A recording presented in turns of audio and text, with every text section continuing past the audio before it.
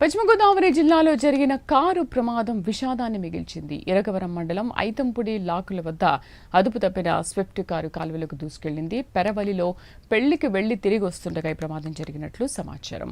కారులో డ్రైవర్తో పాటు 5 యువకులు ఉన్నట్లు తెలుస్తోంది. ప్రమాదంలో మట్టా సంతోష్ అనే యువకుడు ఈత రావడంతో సురక్షితంగా బయటపడగా మిగిలిన 4 గల్లంతయ్యారు. అయితే ఈ గల్లంతైన వారిలో పోతుల లక్ష్మీ భానువికాస్ అభిరామ్ అనే యువకుడి మృతదేహం తాజాగా లభ్యమైంది. ప్రమాద స్థలానికి సుమారు 10 మీటర్ల దూరంలో మృతదేహాన్ని గుర్తించారు.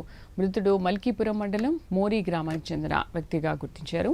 మిగిలిన 3 కోసం పోలీసులు, రెస్క్యూ సిబ్బంది ముమ్మరంగా గాలింపు చర్యలు కొనసాగిస్తున్నారు.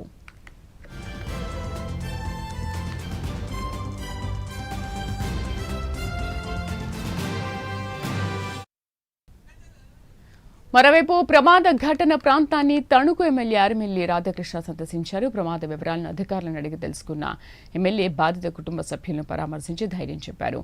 గల్లంతైన వారి కోసం కొనసాగుతున్న గాలింపు చర్యలను పరిశీలించారు.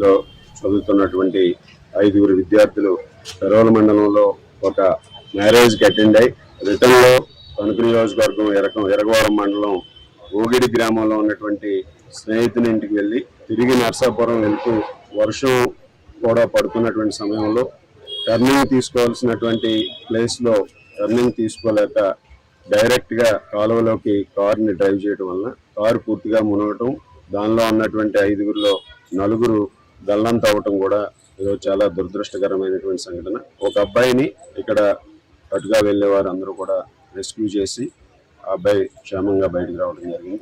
వీళ్ళ 4 కోసం కూడా ఇక్కడ అధికారులందరూ కూడా వెంటనే దానికి సంబంధించి చర్యలు తీసుకుని కారుని కూడా బయటకు తీయడం జరిగింది. అదేవిధంగా ఈ పిల్లల కోసం కూడా ఈరోజు సెర్చ్ ఆపరేషన్ మొదలు పెట్టడం జరిగింది. NDRF కూడా ఈరోజు పిలిపించడం